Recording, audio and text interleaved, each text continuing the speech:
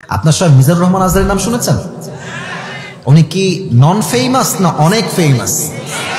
অনেক ফেমাস। আমি ফেমাস নিয়ে কথা বলছি না, আমার কথা হচ্ছে দেখেন আজকে আমার ওয়াজে যেই পরিমাণ লোক আছে, তো আজহারী সাহেব এর চাই তো ছোট মাহফিল 2019 সালে করেছে। রাগ করবেন না, আমি যেটা বোঝাচ্ছি সেটা বোঝা ট্রাই করেন। এই লোকটা এর চেয়ে ছোট মাহফিল, আচ্ছা আপনারা গ্রামগঞ্জ উঠান চেনেন? উঠান ওই 4-5টা বাসা ঘোরা ঘেরাও করা, মাঝে একটা উঠান থাকে না? উনি উঠানে মাহফিল করতেন, ছোট্ট এই মিলাদ টাইপের। আর 19 সালে কথা বলছে, 18 সালে কথা বলছি। বড় মাহফিলে করেছে, ছোট মাহফিলে করেছে। এই লোকটা আজকে এতটা টপ ফেমাস পুরো কান্ট্রিতে, তাকে মাহফিল করাবে জায়গা দেওয়ার মতো মাঠ মনে হয় দেশে নাই বলতে গেলে যুবক ভাইরা, ঠিক আছে কিনা? আমি কেন বললাম এই কথা? এই লোকটা আগে একদম নন ব্র্যান্ড ছিল, কেউ চিনতো না, কেউ জানতো না। এই আসলো ওয়াজ করে আবার কাম ব্যাক টু হোম, বাসায় ফিরে যেত।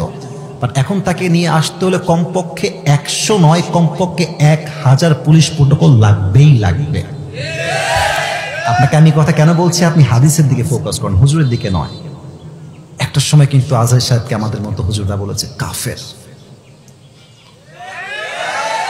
কি বলে নাই?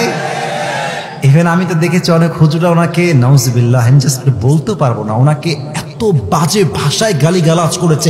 ইভেন আমাদের দেশে কোনো সুন্নি ভাইরা আছে, আমি সুন্নি ভাইদেরকে অনেক ভালোবাসি, বাট কিছু সুন্নি আছে নামধারী ভণ্ড, এরা খালি জিলাপি খায়, সিন্নি খায়, নবীর আসে গাঞ্জাটাই না কুল পায় না। আমি দেখেছি আমার প্রিয় ভাইরা আজহারী সাহেবের বিশাল বড় ব্যানার টাঙাই দিয়ে জুতা দিয়ে পিটাইছে।